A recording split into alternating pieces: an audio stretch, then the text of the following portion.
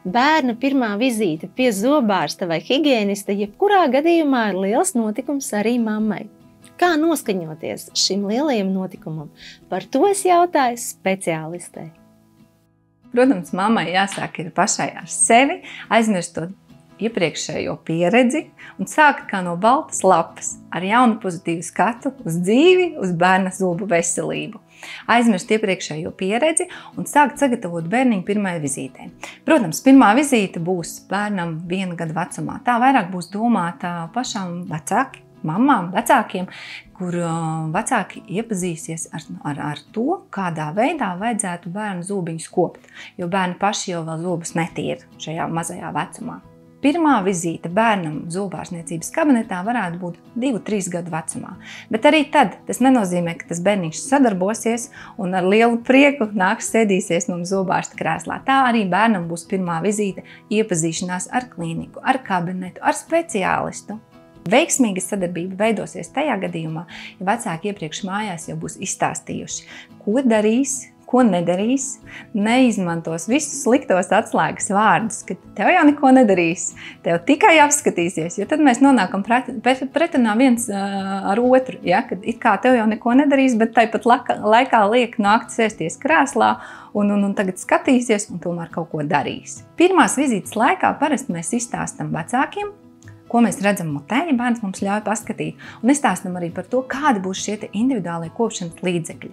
Vai ir augsta kāries attīstība, vai ir daudz caurumu mutē jau mazam bērnam. Varbūt tā arī, ka nav, ka viss ir kārtībā. Bet, ja tomēr kaut kas ir jāmaina, tad zobu higienists būs tieši tas, kurš ieteiks pareizo virzienu, pareizo ceļu, kā turpmāk tālāk tīrīt zobus. Kā sagatavot bērnu vizītē? Mājās, ja mums jau ir elektroniskā zobu birsta pašiem pieaugušajiem, mēs varam jau sagatavot bērnu, skatoties arī uz bērnu birsti un izmantojot aplikāciju, kas ir speciāli radīta bērnu zobu birstēm, rādot to un stāstot bērnam par to, kā tiek tīrīti zobiņi. Visiem bērniem garšo cukurs, un arī pieaugušajiem garšo cukurs, bet visā plašajā cukuru lielajā daudzumā un konču klāstā varbūt mēs varam izvēlēties kaut ko veselīgāku. Tās varētu būt, piemēram, sūkājumās konfektes, kas satur ksilitolu. Lai kārtīgāk notīrītu zobiņus jau mājās un mācītu bērnam arī pareizu tīrīšanu, mēs varam izmantot arī aplikumu iekrāsojošo skalojamo līdzekli, kas bērnam būs interesanti un vecākam arī parādīs, kur tad krājās tie netīrumi.